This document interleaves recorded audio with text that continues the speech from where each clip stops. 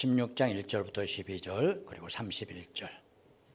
이스라엘 자손의 온 회중이 엘림에서 떠나 엘림과 시내산 사이에 있는 신광야에 이르니 애굽에서 나온 후 둘째 달 15일이라.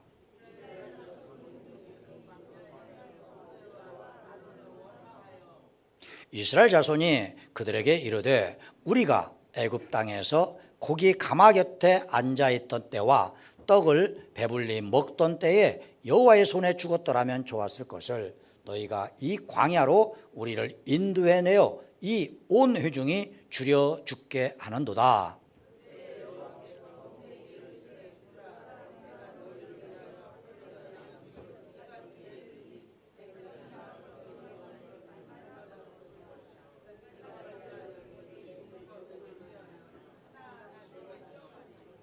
여섯째 날에는 그들이 그 거둔 것을 준비할지니 날마다 거두던 것에 갑절이 되리라.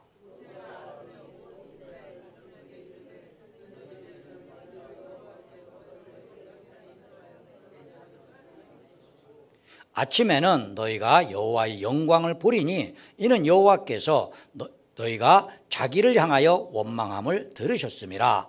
우리가 누구이기에 너희가 우리에게 대하여 원망하느냐?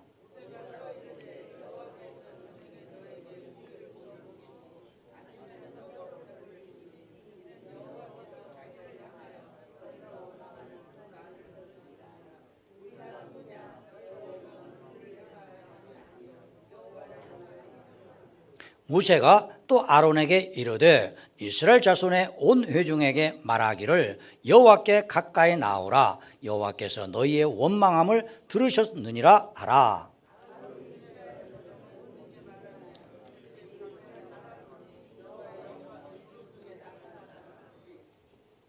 여호와께서 모세에게 말씀하여 이르시되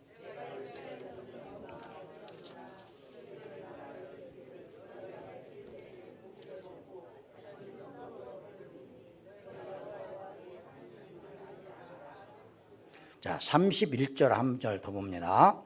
이스라엘 족속이 그 이름을 만나라 하였으며 가시같이 희고 맛은 꿀 섞은 과자 같았더라.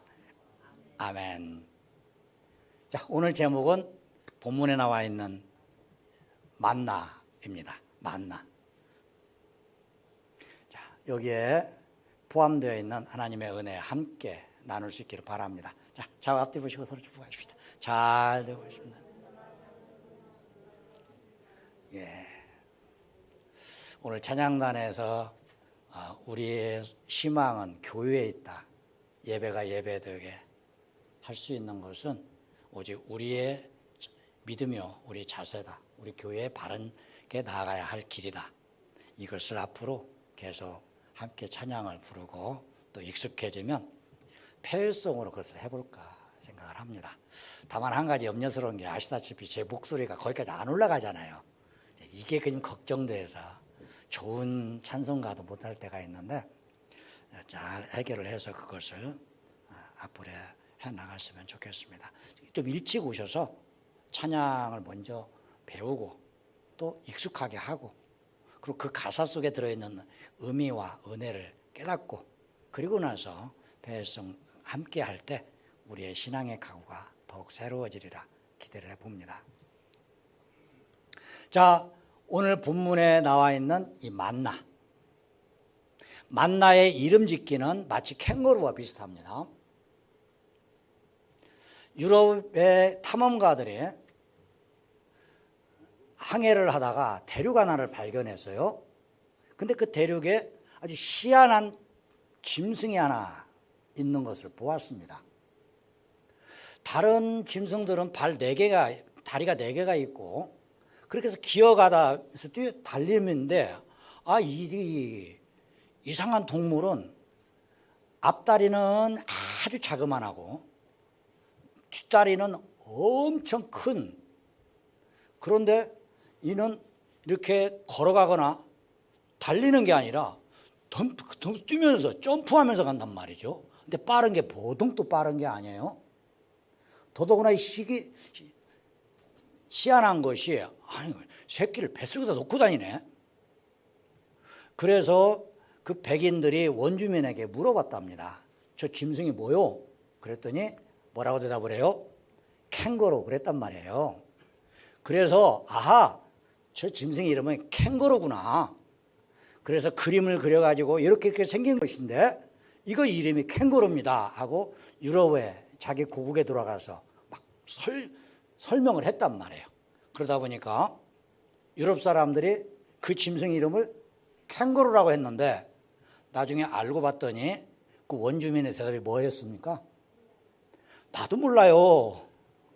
원주민 말로 캥거루. 나도 몰라. 영어로 I don't know. 그거란 말이죠.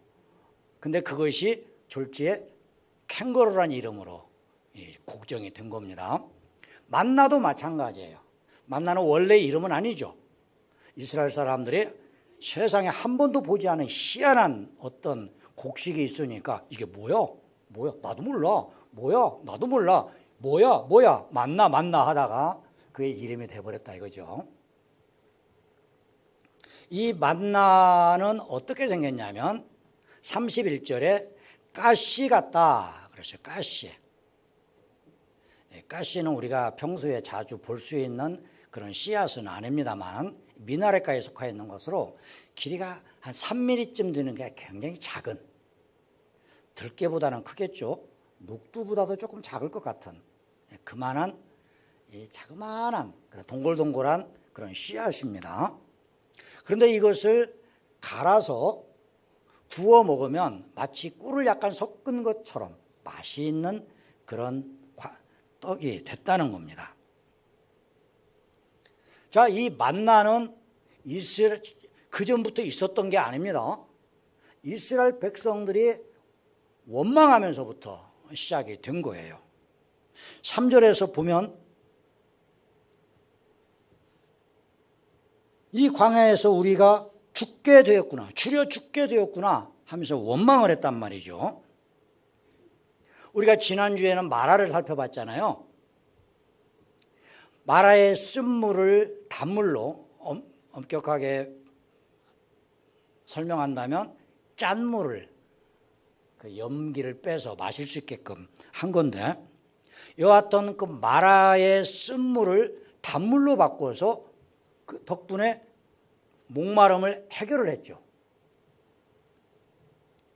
그러면서 이스라엘 백성들이 뭐를 알게 됐냐면 자기 하나님 여호와의 속성 중에 하나, 치료하시는 하나님이라는 사실을 알게 되었어요. 이렇게 하나님에 대해서 하나씩 지금 알아가고 있는 겁니다. 그런데 이 마라 옆에 엘림이 있었고 엘림까지 좋았는데 그 다음에 계속적으로 광야를 지나가고 이 앞에 떡하니 서 있는 것이 신광야였어요. 45일 동안 수르 광야를 지나갔는데 실제 시내반도를 지나가다 보면 저희들은 뭐 직접 내려서 걸어보지는 못했고 버스 타고 가면서 보니까 그저 평평해요. 끝없이 지평선임만 펼쳐져 있습니다. 그러다가 갑자기 앞에서 쑥 솟아올라 올라와 있어요. 산들이. 거기가 신광야입니다.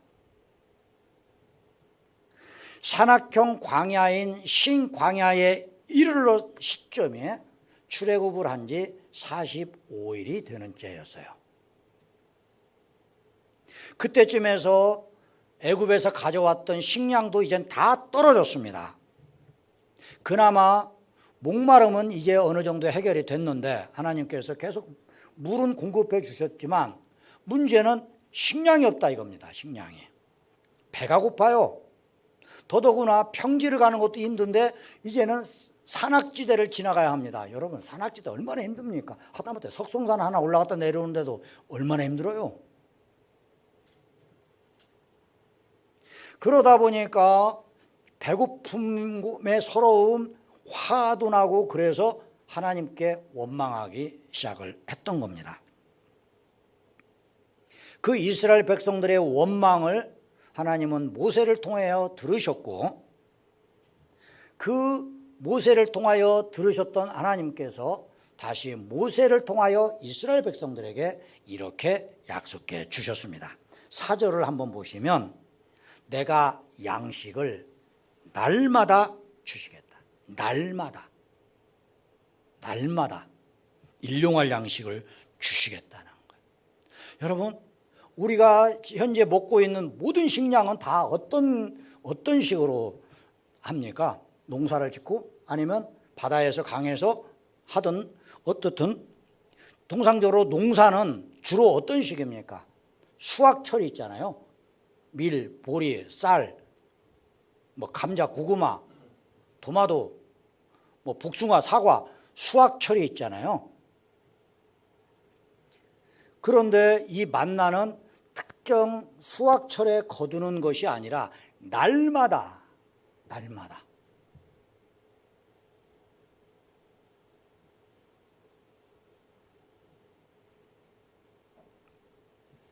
다시 말해서 이 만나는 쌓아놓고 먹을 수 있는 게 아니라는 거예요. 곡간 뒤주 속에서 인신 남다는데 뒤주가 텅 비어 있어요. 자, 이 만나를 날마다 공급해 주시는 이 하나님의 은혜 속에 우리는 세 가지 교훈을 얻을 수가 있습니다. 첫 번째로는 하나님은 언제나 우리를 지켜주시고 보호해 주신다는 사실입니다. 오늘 1절부터 12절까지 거기에서 보면 하나님께서 너희들의 원망을 들으셨다, 이런 표현이 4번 나옵니다. 7절에 나오고 8절에 나오고 9절에 나오고 12절에 나와요. 너희들의 원망을 여호와 하나님이 들으셨다. 그 하나님이 들으시고 그 문제를 해결해 주셨다 이겁니다. 우리가 지난주에 살펴봤던 대로 마라도 어떻습니까? 마라의 목마름을 단물로 바꿔서 즉 생수를 공급해 주셨어요. 신광야에서의 배고픔은 어떻습니까? 만나를 날마다 공급하셔서 배고픔도 해결해 주셔요. 이뿐만이 아닙니다. 이 두 가지를 통해서 우리가 알 수 있고, 또 홍해바다 갈라지는 걸 통해서도 알 수 있고, 어떤 역경이나 우리 앞에 놓여 있는 어떤 시험이나 고난이라도 그때마다 하나님의 보호하심이 우리에게 있다는 사실을 알려주고 계시는 거예요. 중요한 게 바로 이것입니다. 중요한 것은 우리가 그분의 보호 아래 내가 들어가느냐 들어가지 않느냐입니다. 하나님은 우리를 보호해 주시겠다는데 우리가 안 들어가면 보호를 받을 수가 없는 거예요. 반면에 그 하나님을 믿고 우리가 그 보호 아래 들어가야 하면 하나님은 우리를 기꺼이 보호해 주시는 것입니다. 마치 예를 들어서 한겨울, 지금은 한여름이라서 조금 그렇지만 5, 6개월 전을 한번 생각해 보시죠. 그때 많이 추웠죠. 한겨울에 겨울 삭풍이 붑니다. 굉장히 춥죠. 반면에 집은 따뜻해요. 이 집에 들어오면 얼마든지 추위를 이길 수 있고 따뜻함으로 보호받을 수 있는데 들어오라니까 안 들어가요. 그 집에 들어가면 과연 거기에 따뜻할 수 있냐? 혹시 나를 환영하지 않겠느냐? 그러면서 안 들어가면 어떻습니까? 계속 삭풍을 맞아야 되고 추위 속에서 동상도 걸리고 심지어는 동사까지 한단 말이죠. 분명히 따뜻한 곳이 있음에도 불구하고 들어가지 않으니까 얼어 죽을 수밖에 없는 거. 하나님은 우리를 보호해 주시겠다고 하시는데 우리가 그 안에 들어가지 않으면 보호를 받을 수가 없는 거죠.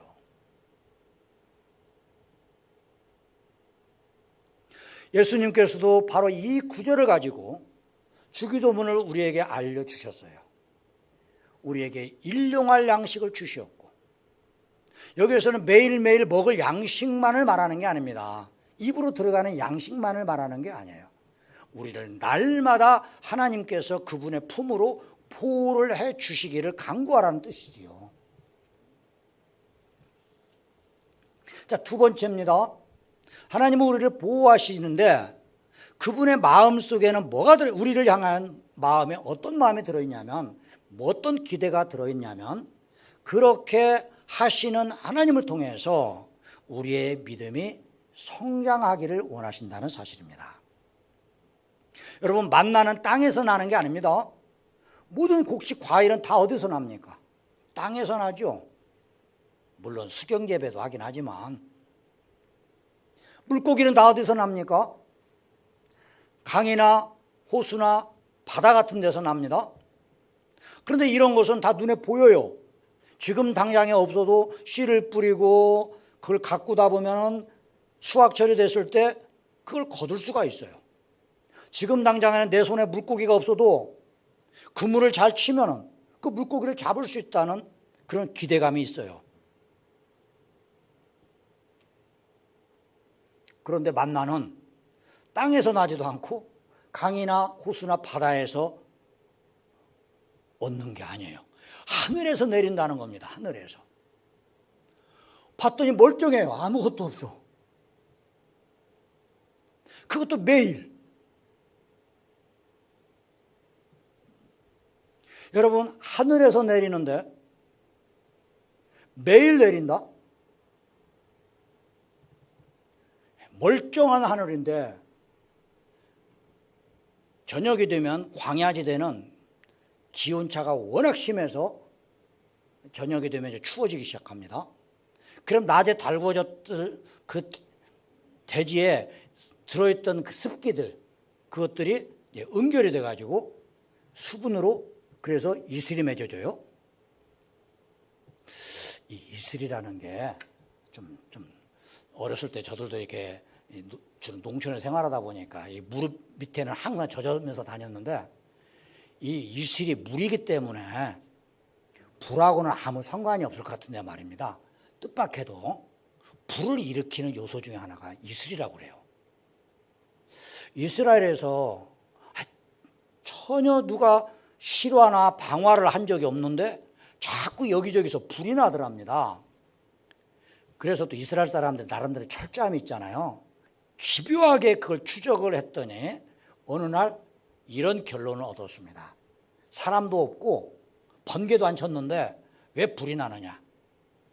태양이 어떤 이슬을 각도를 묘하게 받아서 마치 볼록거울이 이렇게 열을 집중시키듯이 이슬들 몇 개가 한 곳을 집중시킬 때가 있대요. 그럼 거기에서 마른 잎사귀가 있으면 불이 붙는답니다. 그러면서 산불을 일으킨다고 한다는데, 자, 이렇게 이슬이 내리면 밤새 축축해졌다가 태양이 뜨면 수분이 다 말라가죠. 그러면서 이슬처럼 있었던 것들 중에서 수분은 날아가고 어떤 것들은 모여서 동글동글동글하게 뭉치기 시작했단 말이죠. 그것이 마치 가시처럼 생겼더라 이겁니다.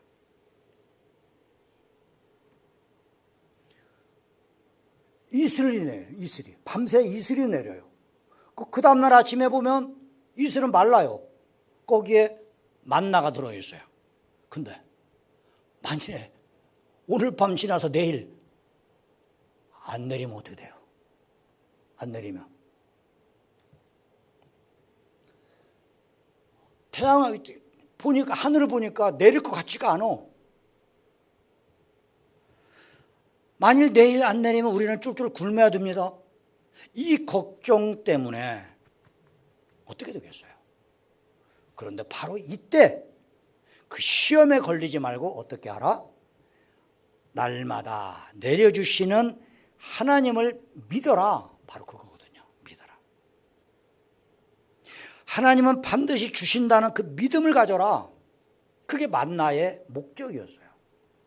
그런데 어떤 사람들은 이스라엘 안에도 하나님을 잘 믿는 사람도 있지만 전혀 안 믿는 사람도 있었단 말입니다. 그 사람들은 걱정이 되는 거예요. 하나님 말을 믿을 수가 있어야지. 그래서 있는 김에 모았어요. 여러분, 가시 그 조그마한 그 알매 땅에 듬성듬성 있을 때 얼마나 오래 거둬야만이 그것을 사람이 먹을 만큼 거두겠습니까? 그러니까 가족 전체가 나가가지고 그걸 다 줍는 거예요. 조그마한 거 하나씩 주워가지고 모아서 그걸 집에서 갈아서 떡을 해 먹어야 되는데, 이 내릴 것에 대한 믿음이 없는 사람들은 어떻게 됐는가? 걱정이 되니까 있을 때 모으자 가지고 남들은 집에 들어가서 갈아서 떡을 만들고 있는데 자기들은 아직도 주웠어요. 땀 뻘뻘 흘리면서. 그러다 보니까 아침 식사도 못하고 대신 많이 거둬가지고 좋다고 집에 와서 넣어놓고 있으면서 오늘 먹을 것만 갈아서 먹었어요. 오늘 밤에 자고 내일 아침에 안 나가도 된다. 여기 있다. 좋아했어요. 그리고 일어나서 봤더니 20절에 벌레가 생겼더라. 만나가 들어있는 게 아니라 벌레가 들어있더라 이겁니다. 썩어버린 거예요. 고생은 고생대로 죽도록 했는데 완전히 헛고생하게 된 거죠. 그들은 하나님 말씀 그대로 딱 하루치만 모으면서 솔직히 걱정도 되겠죠. 내일 안 내리면 어떻게 될까? 이런 걱정도 있었겠지만 솔직히 우리가 믿음 생활하면서도 과거에 받은 은혜가 크면서도 오늘 어떤 문제가 생기면 과연 하나님이 이 문제를 진짜 해결해 주실까 하는 의심들이 있잖아요. 그러면서도 믿음의 사람들은 끝까지 가는데 믿음이 약한 사람들은 그때 넘어져 버리죠.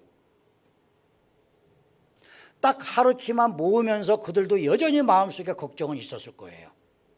그럼에도 불구하고 하나님이 약속하시니까 들어주실 것이다 하면서 그날 저녁에 잠을 잤습니다.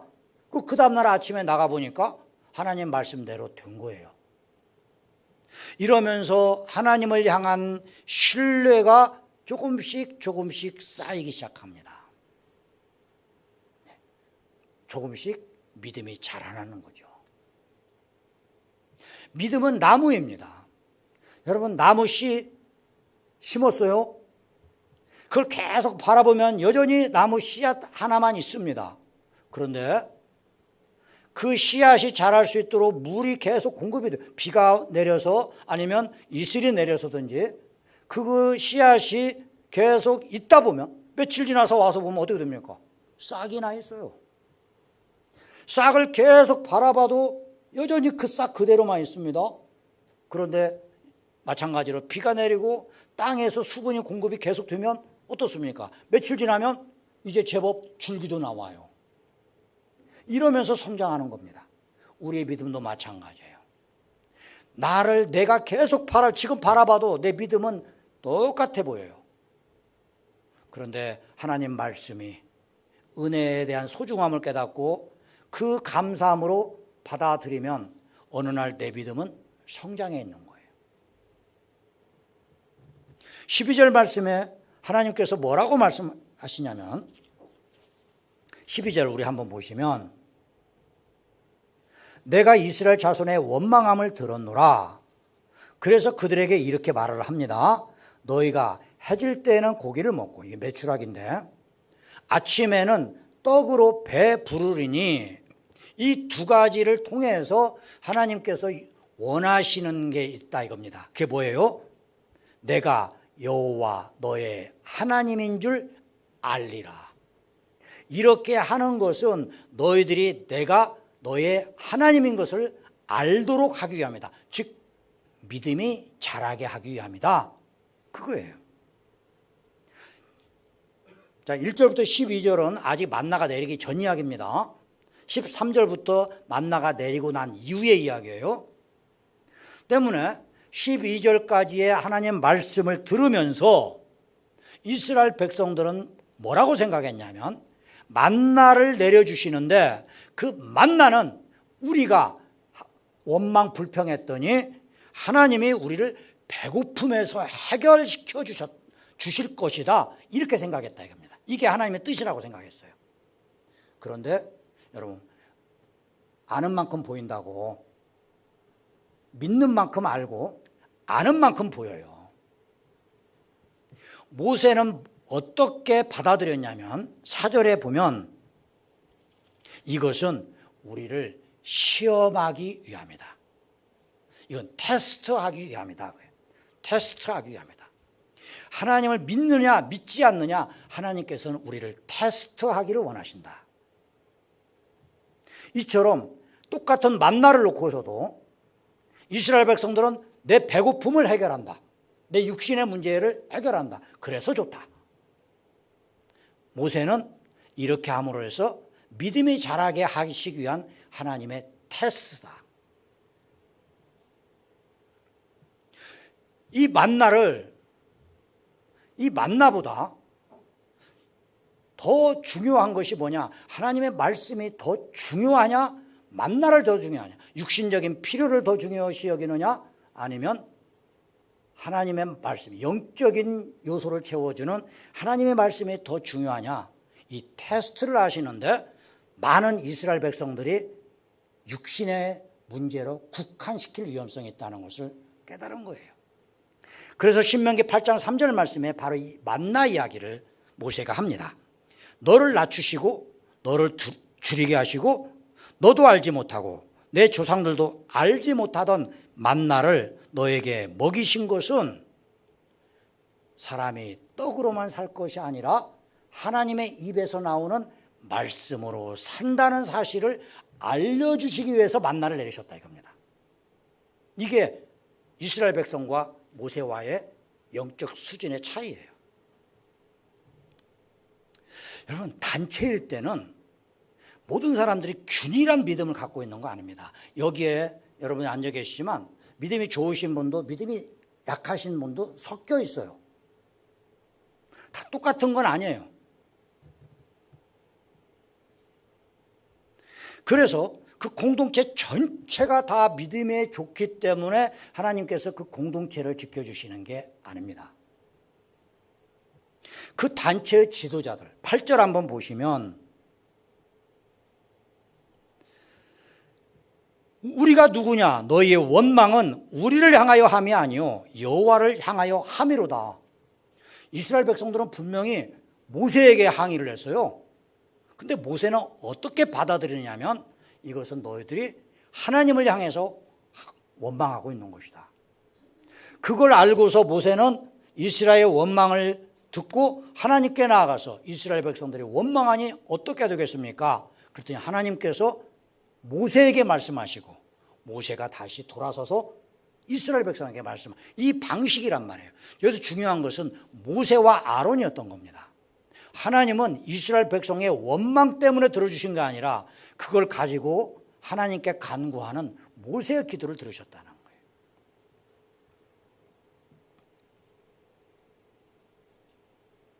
예. 자, 낮추시고 줄이게 하시고 먹이신 것은 하나님의 의도가 뭐라고요? 사람이 떡으로만 사는 게 아니고 하나님의 입에서 나오는 모든 말씀으로 산다는 사실을 알게 하려 합니다. 여러분, 떡으로만 사는 것들은 짐승들도 다 떡으로만 삽니다.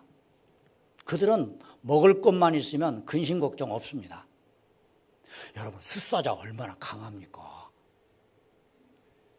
체구도 크고 말이에요. 갈기가 이렇게 생겨가지고 야 진짜 멋지게 생겼죠. 근데 숫사자가 하루에 20시간을 잔다고 하더라고요. 그들이 하는 거라고는 먹고 자고 이 두 가지가 전부래요. 사냥도 다 암사자가 하고 자기들은 먹기만 해. 그것도 제일 좋은 거. 그리고 먹으면 잔대. 배 부르니까 끝.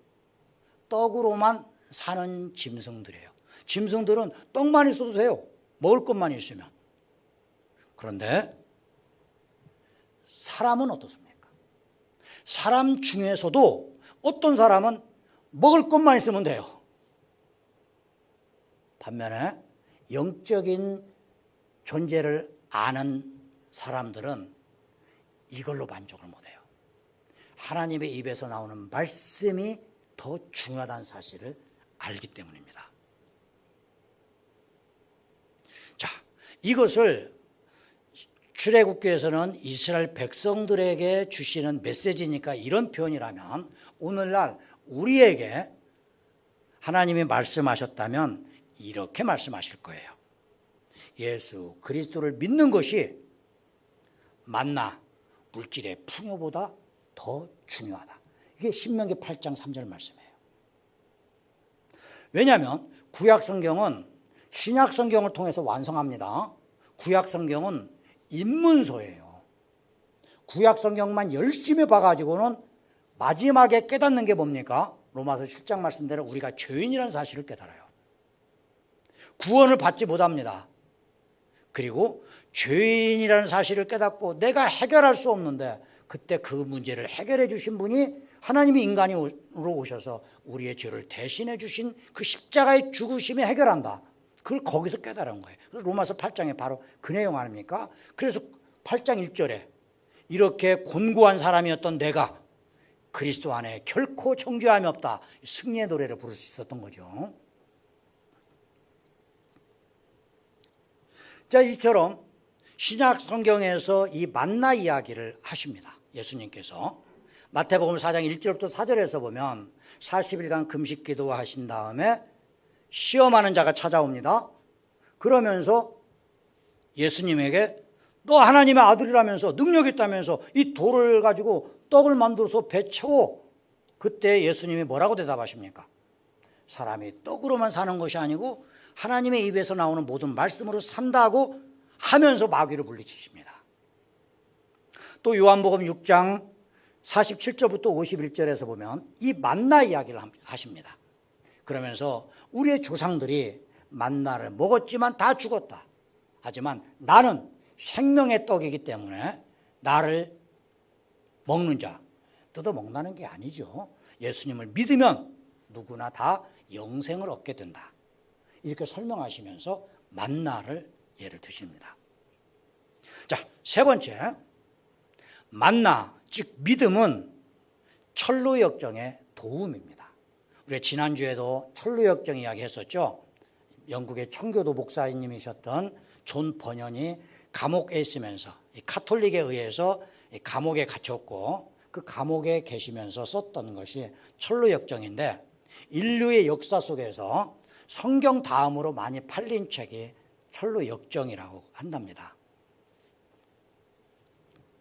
이 만나는 철로역정의 도움이에요. 다시 말해서 우리가 믿음을 갖고 천국으로 가는 그 신앙생활에서의 모든 것을 도와주는 도움이라 이겁니다. 무엇이요? 믿음이, 만나가. 신명기 8장 16절에서 보면 내 조상들도 알지 못하던 만나를 광야에서 내게 먹이셨나니 이는 다 너를 낮추시며 너를 시험하사 마침내 너에게 복을 주려 하신다. 만나를 왜 주셨느냐? 배고프고 줄이고 그 다음에 먹고 그러는 가운데에서 마침내 복을 주고 싶으셔서 이렇게 하셨다는 거예요. 이 만나는 40년 동안 떨어지지 않습니다. 계속 매일 하늘에서 내렸어요. 하늘에서 내렸습니다. 사람이 수고해서 거둔 게 아니에요. 하늘에서 내린 거. 전적인 하나님의 주신 것을 우리가 뭐라고 부릅니까? 은혜라고 하잖아요. 우리 구원은 은혜입니다. 믿음은 은혜예요. 어떻게 우리가 하나님을 알 수 있습니까? 알게 해주시니까 아는 거죠. 그래서 믿음은 선물이다. 에베소서 2장 8절 말씀이에요. 만나를 하늘에서 내린 것처럼 믿음도 하늘에서 내린 것이고 그리고 그 믿음을 근거로 해서 구원해 주시는 것도 그래서 당연히 은혜가 되는 겁니다. 40년 동안 떨어지지 않고 계속 하늘에서 내렸어요. 은혜로 내렸습니다. 그들은 매일매일 이 만나를 먹으면서 광야니까 농사 못 져요.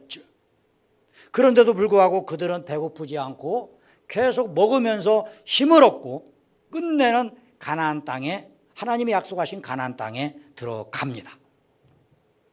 가나안의 요단강을 건너서 들어갔어요. 길갈이라는 곳에 모였습니다. 그때가 언제냐면 막 출애굽한 지 40년이 지난 출애굽 바로 전날 6월절 행사를 하죠. 그리고 요단강을 건너서 가나안의 길갈에 모였을 때가 딱 40년 된 그날이었습니다. 그리고 그때 그들은 가나안에서 수확했던 것들을 그때 볶은 곡식과 함께 음식을 먹어요. 최초로 만나 이후에 다른 음식을 먹습니다. 그리고 그 다음 날 만나가 끊겨요. 그리고 다시는 그 만나가 없습니다. 그것이 여호수아서 5장 10절부터 12절의 말씀이에요. 이처럼 그 천국에 갈 수 있도록 하나님의 약속의 땅 가나안에 갈 수 있도록 계속적으로 힘을 공급해 준 것이 만나였단 말입니다. 자, 앞부분에 설명드렸습니다. 구약 성경은 입문서고 신약 성경은 그 모든 것을 정리한 종합본이에요. 이스라엘 백성들에게 있어서의 가나안은 우리 성도들의 천국을 상징합니다. 그런데 이중적인 의미를 갖고 있어요. 육신으로서의 가나안, 영적으로서의 가나안. 현재적 천국은 바로 교회와 나와 여러분의 신앙 생활을 말합니다. 이건 단체적이에요. 교회는 나 하나 때문에 하는 게 아닙니다. 이스라엘 백성들을 결국은 모세가 이끌어가듯이, 그리고 모세를 보시고서 하나님께서 이스라엘 백성들에게 만나를 주시고 했던 거죠. 단체적이에요.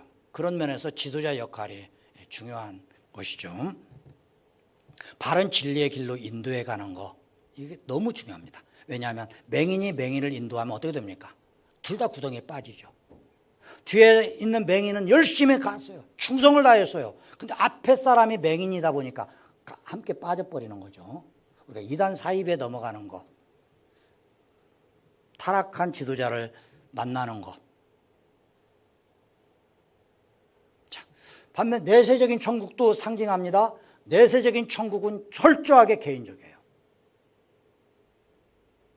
아무리 큰 교회, 좋은 교회 다녀도 자기 자신이 믿음이 없으면 못 들어갑니다. 교회 생활을 할 때는 단체적인 의미가 있기 때문에 얼떨결에 가도 얼렁뚱땅 교회를 다녀도 그 교회의 혜택을 누릴 수가 있어요. 하지만 천국문에 들어갈 때는 오직 나의 믿음만 갖고 들어갑니다. 이때 그 만나는 때문에 하나님이 주시는 말씀이고, 말씀은 단체적이에요. 모두에게 다, 제가 설교하는 거 모든 사람들이 다 듣습니다. 그런데 이 말씀이, 하나님 말씀이 내 믿음만큼 내 귀에 들어가는 거예요. 내 믿음만큼. 믿음이 없으면 다 뜬구름 잡는 소리로 불과합니다. 믿음이 약하면 그 중에서 몇 개만 받아들이고 심지어는 시험도 듭니다. 믿음이 좋으면 좋을수록 하나님 말씀 앞에 아멘하게 됩니다. 그러면서 더 믿음이 자라고 더 힘을 얻고 결국은 천국까지 가게 됩니다. 철로 역정 가운데서 유혹도 있고 고난도 있고 때로는 슬픔도 있고 아픔도 있지만, 그러나 내 믿음이 그걸 이기면서 나가게 합니다. 그때마다 주시는 하나님의 말씀. 자, 여러분, 이 하나님의 은혜는, 하나님의 말씀은 하나님 입장에서 어떻습니까? 모든 사람에게 베풉니다. 모든 사람에게. 마태복음 5장 4절 말씀에 태양빛을 악인이든 선인이든 비를 마찬가지로 의로운 자나 불의한 자나 똑같이 내려주십니다. 그런데 인간의 입장에서는, 제가 교훈 1번에서 하나님은 누구에게나 보호해 주시려고 하지만 우리가 보호 아래 들어가야 한다고 했듯이, 인간적인 입장에서 보면 그 하나님의 은혜, 모두에게 베풀어 주신 은혜를 받는 사람들이 있고, 즉 성도들이 있고, 받지 않는 사람들, 불신자들이 있어요. 여러분, 천국문은 무차별적입니다. 차별하지 않아요. 공평해요. 누구나 들어갈 수 있어요. 조건 하나입니다. 믿음이 있으면 누구나 들어갈 수 있어요. 키가 크든 작든, 잘생겼든 못생겼든, 유식하든 무식하든, 돈 많든 적든, 사회적인 지위가 높든 낮든 상관없어요. 누구나 차별 없이, 남자든 여자든 종이나 자주자든 이방이든 유대인이든, 갈라디아서 3장 8절 말씀, 28절 말씀 아닙니까? 공평해요. 누구에게나 열려 있어요. 그게 디모데전서 2장 4절 말씀입니다. 하나님은 누구나 구원받기를 원하시고 진리 가운데 이르기를 원하신다. 이게 하나님의 마음이에요. 그런데 데살로니가 후서 3장 2절에서 보면 아쉽게도 믿음은 모든 사람의 것이 아니다. 이렇게 되어 있어요. 믿는 사람에게만 천국문이 열립니다. 하나님 말씀을 받아들이고 매일 받아들이고 그 말씀을 양식으로 삼아서 여러분의 천루 역정에 힘을 얻고 나아가시기를 바랍니다. 천국문을 여는 열쇠는 오직 하나, 나의 믿음입니다. 부인의 믿음 아니에요. 내 믿음입니다. 아버지의 믿음 아니에요. 내 믿음이에요. 나만이 그 문을 열 수 있어요.